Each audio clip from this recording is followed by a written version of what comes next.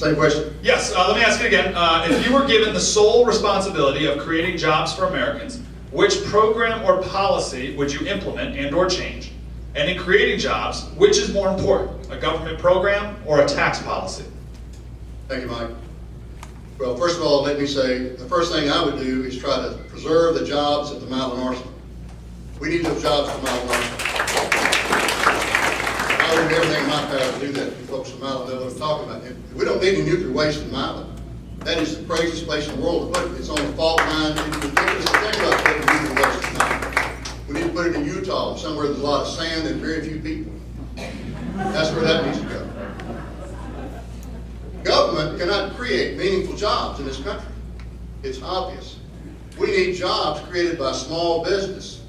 Small business creates the jobs. The government's in the way of small business right now, preventing them from creating jobs we need. There's a lot of money on the sidelines that's ready to invest, but they don't know what the risk is.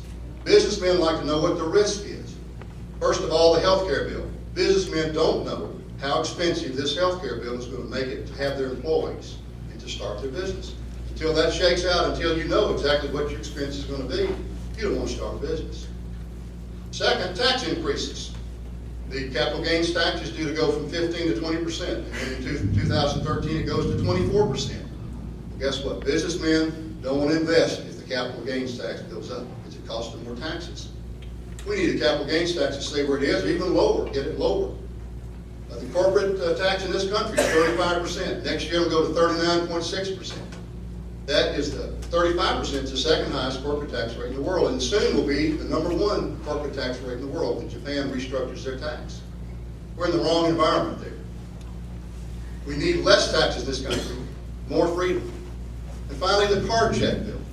If the card check bill passes, and I hope to goodness it does not pass, it will put a burden on business that they can't afford. Pay higher wages, higher benefits right off the bat, and they won't invest in their businesses because of the card check. So I will vote against the card check bill. It's that simple.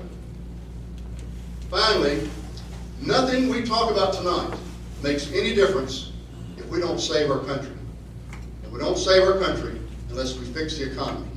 And in my mind, we fix the economy by cutting spending.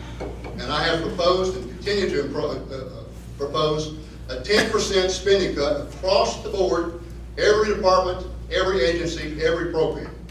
It can be done. I will stand up and fight for you and cut spending in Congress. Thank you.